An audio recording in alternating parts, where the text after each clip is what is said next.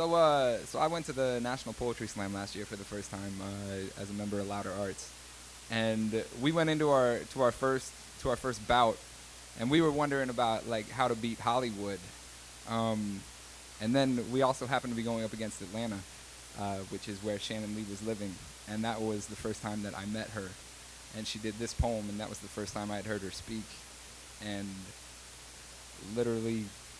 I don't throw these words around lightly, and I said that girl's gonna change the world.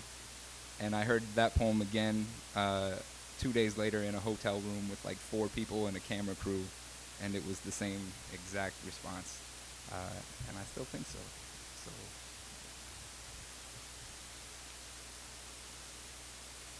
She stands, hands shaking, lips moving in prayer to a God they tell her is not listening.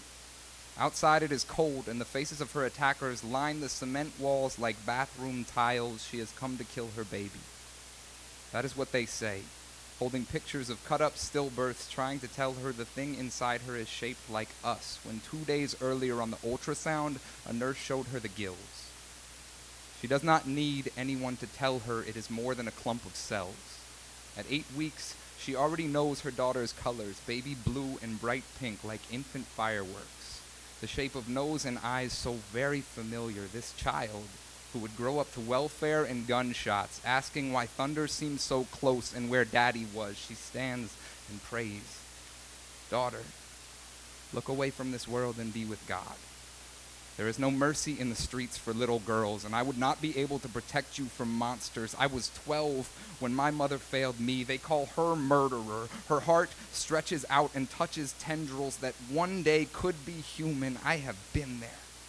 Stood before protesters telling me God wants my baby to be born, while I remembered the faces of the children I worked with. 7 to a bedroom, eating rice for 3 days and starving for 4. The children too old or so-called troubled to find homes, whose homeless mothers birthed them on cardboard boxes and cut the cords with a broken vial. Oh yes, the world surely needs more babies whose parents would not be able to educate them because their own educations were cut short, who know daddy as the man who hurt my mommy, and whoever knew they were anything less than wanted.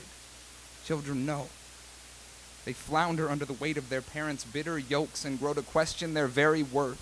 My clump of cells would grow up seeing my dead dreams twining around my arms like vines, holding me down to a life I could learn to love.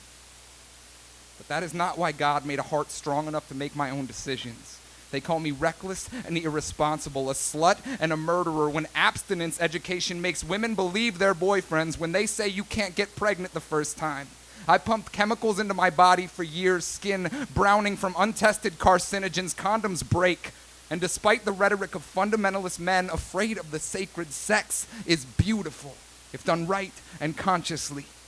What drove me to this, they say God can help manage.